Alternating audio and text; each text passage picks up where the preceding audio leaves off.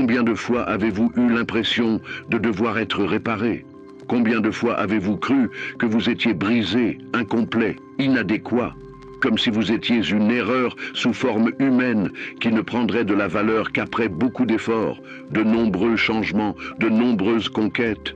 Combien de fois vous êtes-vous regardé dans le miroir et avez-vous cru cela? Peut-être vivez-vous avec ce sentiment depuis des années. Peut-être que personne ne vous l'a jamais dit clairement. Mais chaque regard de reproche, chaque conseil pour vous améliorer, chaque comparaison avec quelqu'un qui semble plus fort, plus calme, plus déterminé, était comme une confirmation silencieuse que vous n'êtes pas à la hauteur. Et le pire, c'est que nous y croyons. Nous y croyons tellement que nous passons notre vie à essayer de nous réparer. Nous changeons notre façon de parler, de marcher, de ressentir, d'aimer. Tout cela dans l'espoir qu'un jour, nous serons enfin acceptés, aimés, complets. Mais si je vous disais que cette obsession de la guérison n'est qu'une autre forme d'emprisonnement, et si le problème n'était pas vous, mais plutôt l'idée que vous devriez être quelqu'un d'autre? Dans cette vidéo, inspirée de la profonde sagesse de Viktor Frankl, nous allons traverser ensemble ce récit déformé de l'auto-amélioration éternelle. Nous allons parler de souffrance, certes, mais pas comme un échec, plutôt comme un chemin, comme une partie du mystère. Ici, vous ne trouverez pas de formule magique, ni de vaines promesses de bonheur. Vous trouverez quelque chose de plus rare, un miroir honnête, un espace d'écoute, une invitation à vous détendre, à respirer profondément et à vous rappeler que vous n'avez pas besoin de vous améliorer pour avoir de la valeur. Vous devez simplement vous rappeler qui vous êtes, derrière le masque, la performance, les exigences. Alors, restez avec moi jusqu'à la fin. Cette vidéo pourrait être la clé qui déverrouillera ce qui est coincé en vous depuis longtemps. Et si cela vous touche, abonnez-vous à la chaîne.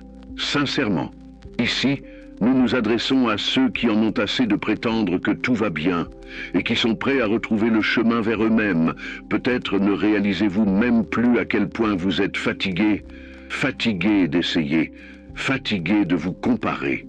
Fatigué d'ajuster chaque geste, chaque mot, chaque pensée pour paraître quelqu'un qui mérite d'exister.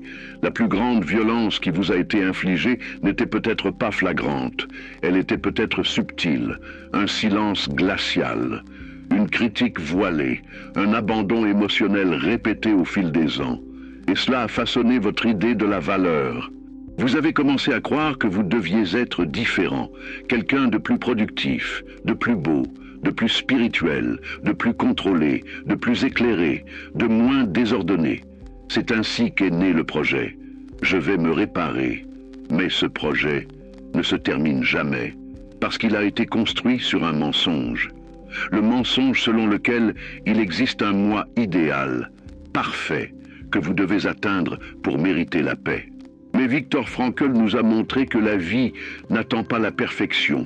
Elle demande du sens. Et le sens ne naît pas d'un idéal inaccessible. Il émerge de la rencontre sincère avec ce que nous sommes maintenant, même quand c'est laid, même quand ça fait mal, même quand c'est en ruine. Avez-vous déjà remarqué que les fleurs ne se précipitent pas pour fleurir? Que le ciel n'essaie pas de se corriger lorsqu'il forme des nuages? La nature ne juge pas son propre mouvement. Elle est simplement. Et au fond, vous en faites également partie. Cependant, on vous a fait oublier cela. On vous a dit que vous deviez mériter le droit d'exister. Ils ont conditionné votre valeur à des objectifs, à des étiquettes, à la reconnaissance extérieure. C'est pourquoi vous passez votre vie à courir après des versions de vous-même qui semblent meilleures, mais qui n'arrivent jamais. Vous êtes comme quelqu'un qui essaie de dormir de force. Plus vous essayez, moins vous y parvenez. Car ce que vous essayez d'être ne peut être forcé, il ne peut qu'être rappelé, et c'est peut-être ce qui se passe actuellement. À cet instant précis, vous vous souvenez. Vous vous souvenez qu'il y a une partie de vous qui a toujours été là, entière, silencieuse, intacte, même au milieu du chaos. Cette partie n'a pas besoin d'être réparée. Elle a besoin d'être présente. Elle a besoin d'espace. Elle a besoin d'être entendue, pas modelée. Et lorsque vous cessez de lutter contre ce que vous ressentez, lorsque vous cessez de mesurer votre valeur à l'aide d'une règle invisible qui ne vous est jamais favorable, une chose étrange commence à se produire. Quelque chose en vous se détend. Vous cessez d'essayer de vous sauver et vous commencez simplement à être. C'est à ce moment-là que la véritable guérison commence. Non pas comme un effort, mais comme un retour, un épanouissement. Et c'est ce que cette chaîne souhaite vous rappeler chaque semaine, que vous n'êtes pas seul dans cette quête, que vous n'êtes pas faible parce que vous vous sentez fatigué, qu'il existe un autre chemin, plus lent, plus silencieux, plus authentique. Alors, dites-moi, vous sentez-vous également ainsi, comme si vous essayiez de vous améliorer depuis des années sans jamais vous sentir prêt? Commentez ci-dessous. C'est exactement ce que je ressens, mais je n'ai jamais réussi à l'expliquer. Ce n'est pas seulement pour vous, c'est aussi pour ceux qui liront et se reconnaîtront. Parfois, une phrase est le début d'une libération. Et si ce contenu a du sens pour vous, continuez à me suivre. Ce qui va suivre pourrait changer la façon dont vous vous percevez, pour toujours. Il est intéressant de noter à quel point nous avons l'habitude de confondre identité et performance. Dès notre plus jeune âge, nous apprenons à croire que nous sommes ce que nous faisons bien. Le fils qui obtient de bonnes notes, la fille qui ne pose pas de problème, le collègue qui rend tout dans les délais, le partenaire qui tient bon.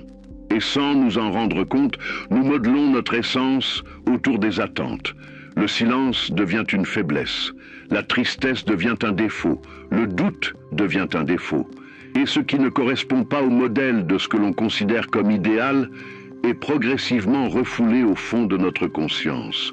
Mais combien de temps pouvez-vous vivre ainsi, avant de commencer à sentir que vous vous perdez? Une douleur étrange apparaît lorsque nous vivons trop longtemps en jouant un rôle, une douleur sourde, difficile à expliquer, comme un ennui existentiel, comme un vide au milieu de la poitrine, qui ne se comble ni par les conquêtes, ni par l'affection, ni par le repos. Et c'est là que nous commençons à chercher de l'aide, à chercher des solutions, des thérapies, des livres, des techniques. Tout cela peut être utile, certes. Cependant, souvent le problème n'est pas l'absence d'outils, mais l'excès de fuite. Nous fuyons nous-mêmes avec élégance, avec de belles paroles, avec des plans de développement personnel, mais nous fuyons quand même. Et Viktor Frankl nous rappellerait que fuir la souffrance, c'est perdre l'occasion de trouver un sens, car le sens ne réside pas dans l'absence de douleur, il réside dans la façon dont nous y répondons. Et peut-être que votre douleur ne demande pas de solution. Peut-être demande-t-elle simplement d'être écoutée. Peut-être veut-elle simplement exister pendant un moment, sans être interrompue par un manuel d'instruction. Peut-être a-t-elle simplement besoin d'être réellement ressentie pour ensuite se dissoudre, comme un nuage qui pleut et s'en va. Le danger de l'obsession de la guérison est qu'elle ne nous laisse jamais tranquilles. Ce n'est jamais suffisant. Il y a toujours quelque chose de nouveau à améliorer, à ajuster, à faire évoluer. Et cela nous éloigne du présent, de la simplicité, du moment présent.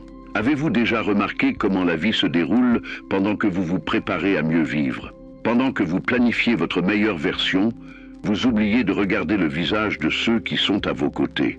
Vous oubliez de savourer le goût du café. Vous oubliez d'écouter votre propre respiration. Parce que vous êtes trop occupé à essayer de comprendre où exactement vous vous êtes perdu. Mais peut-être n'y a-t-il pas lieu de se perdre. Peut-être ne vous êtes-vous jamais autant éloigné. Peut-être êtes-vous simplement trop distrait pour remarquer que la vie continue de vous appeler par votre nom, chaque jour. Et elle n'appelle pas une version améliorée. Elle vous appelle vous, avec tous vos bruits, avec toutes vos pauses, avec tous vos excès, avec tout ce que vous êtes maintenant. Parce que ce présent, imparfait, instable, confus, est déjà digne. C'est déjà suffisant. C'est déjà la vie qui se déroule. Et cela, en soi, est miraculeux. Il existe une brutalité dissimulée dans toute cette exigence d'évolution. Une pression silencieuse qui vous dit que vous devez constamment vous améliorer, vous réguler, vous contrôler. Comme si vous étiez un robot présentant des défauts de fabrication qui ne peut être pleinement activé qu'après une longue liste de mises à jour. Et vous y croyez. et vous vous en voulez. Et vous vous traitez comme un brouillon qui doit être réécrit chaque jour.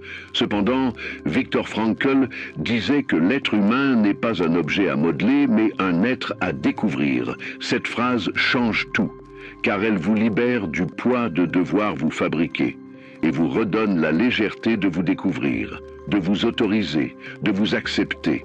Il ne s'agit pas de devenir une version plus propre, plus fonctionnelle, plus présentable. Il s'agit de trouver un sens à ce qui existe déjà en vous, y compris dans votre désordre. Et si votre douleur n'était pas une erreur? Et si ce malaise n'était qu'un appel à revenir à la maison? L'obsession de guérir devient une prison lorsque vous croyez que vous ne pourrez vivre pleinement qu'une fois que vous serez guéri. Cependant, vivre n'est pas une récompense pour ceux qui se réparent. Vivre est le processus de se trouver soi-même même lorsque l'on est encore blessé. Même lorsque l'on porte encore des cicatrices ouvertes, la fleur n'attend pas d'être parfaite pour naître.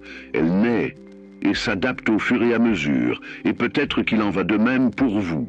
Vous n'êtes pas un projet, vous êtes un événement, et votre existence est déjà, en soi, une forme de beauté. Vous n'avez rien à prouver à personne, ni à vous-même, ni à Dieu, ni au monde, car le monde n'a pas besoin de version polie de vous-même. Le monde a besoin de personnes réelles, des personnes qui ressentent, des personnes qui trébuchent, des gens qui ont des mauvais jours et qui continuent malgré tout, des gens comme vous.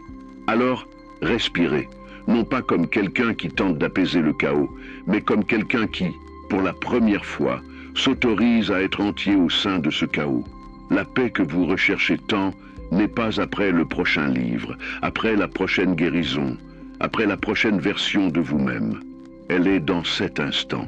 Elle est dans ce corps. Elle est dans cette présence qui ne vous a jamais quitté, mais qui a été ignorée pendant un certain temps. Et maintenant que vous vous en souvenez, il est peut-être temps d'arrêter de fuir, juste pour aujourd'hui.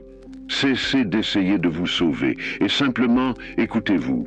Il est étrange de constater à quel point nous passons notre vie à croire que le salut vient de l'effort, de la force, du contrôle. Comme si le monde nous avait dit que seuls ceux qui travaillent dur pour la paix la méritent, ceux qui se disciplinent jusqu'à étouffer leur instinct, ceux qui apprennent à faire taire tout ce qui est dérangeant, sauvage, imparfait. Et alors, nous essayons, pendant des années, nous essayons de nous réparer, nous essayons de nous dépasser, nous essayons d'être meilleurs, nous essayons d'avoir la foi, nous essayons de paraître éclairés. Et dans cette tentative désespérée de prouver notre valeur, nous nous éloignons de la seule chose qui pourrait vraiment nous libérer, le simple et courageux acte d'être qui nous sommes, sans déguisement, sans précipitation, sans fioriture, sans performance. Viktor Frankl a traversé l'enfer d'Auschwitz, il a perdu sa famille. Il a vu de près l'absurdité de la souffrance humaine. Et pourtant, il n'a pas conclu que la vie était une erreur. Au contraire, il a regardé la douleur la plus insupportable et a dit « Il y a un sens ici, même maintenant. Non pas parce que la souffrance est bonne ou juste, mais parce qu'elle nous appelle à l'essentiel, à ce qui ne peut être enlevé. Et c'est peut-être là l'appel le plus sincère de votre douleur. Elle ne vous demande pas de la combattre, elle vous demande de la regarder avec un regard neuf, de vous interroger sur ce qu'elle souhaite vous enseigner. Car au lieu de vous détruire, elle peut vous restaurer. La douleur, lorsqu'elle est accueillie avec respect et écoute, possède ce pouvoir étrange. Elle devient un pont. Et c'est peut-être ce qui se passe actuellement, dans ce moment silencieux entre deux phrases. Un pont est en train d'être construit, et vous le traversez. Vous avez passé trop de temps à essayer d'être fort, trop de temps à essayer de faire face, trop de temps à prétendre que cela ne fait pas mal, et ce n'est pas grave. C'est ce que vous avez réussi à faire jusqu'à présent. Mais il est peut-être temps d'arrêter, de respirer, de vous autoriser à ne pas savoir, à ne pas comprendre, à ne pas vous contrôler, juste à ressentir, juste à être, juste à habiter ce corps que vous avez si souvent rejeté. Car la véritable guérison n'est pas raffinée, elle est brute, elle est confuse, elle est silencieuse. Elle survient lorsque vous cessez d'exiger que la vie vous donne des réponses et que vous commencez à accepter les mystères comme faisant partie du chemin. Vous n'avez pas besoin de tout comprendre pour continuer. Vous avez seulement besoin de continuer. Un pas à la fois, un souffle à la fois, un instant de présence à la fois. Vous n'êtes pas ce qu'on vous a dit que vous étiez. Ce n'est pas votre passé, ce ne sont pas vos échecs, ce n'est pas la culpabilité que vous portez. Vous êtes l'espace qui reste après que tout cela soit passé. L'espace qui observe, qui ressent, qui souffre, mais qui ne se dissout pas. Vous êtes la conscience qui survit à la peur. C'est le silence qui continue de battre après les pleurs. C'est la faible lumière qui insiste pour rester allumée, même au milieu de la nuit. Et peut-être, juste peut-être, commencez-vous à vous en souvenir maintenant. Si cette vidéo vous est parvenue, ce n'est pas par hasard. Il est peut-être temps d'arrêter de fuir ce que vous ressentez. Il est peut-être temps d'arrêter d'essayer de vaincre la douleur et de commencer à dialoguer avec elle. De reconnaître que la souffrance ne vous rend pas indigne, elle vous rend humain. Et c'est dans l'humanité que réside le sacré. Pas dans la performance, pas dans le masque, pas dans le personnage, mais dans cette partie de vous qui saigne et continue pourtant d'offrir de l'amour, qui se fatigue, mais continue d'essayer, qui ne comprend pas, mais continue de chercher. Cette partie de vous est suffisante, elle est plus que suffisante. C'est ce que vous avez de plus beau. Alors écoutez-vous, vraiment. Allez devant le miroir et regardez-vous dans les yeux. Pas avec critique, pas avec honte, mais avec curiosité, avec tendresse, avec ouverture d'esprit. Demandez-vous, qui est cet être qui a survécu à tout cela et qui est toujours là, à respirer? Qui est cette présence qui insiste pour exister même après tout ce qu'elle a vécu? Et si la réponse vient sous forme de silence, restez avec ce silence. Car c'est peut-être la première fois que vous vous écoutez vraiment. Et maintenant, si cette vidéo vous a touché d'une manière ou d'une autre, et si une partie de votre âme s'est reconnue dans ces mots, je vous invite à vous abonner à la chaîne.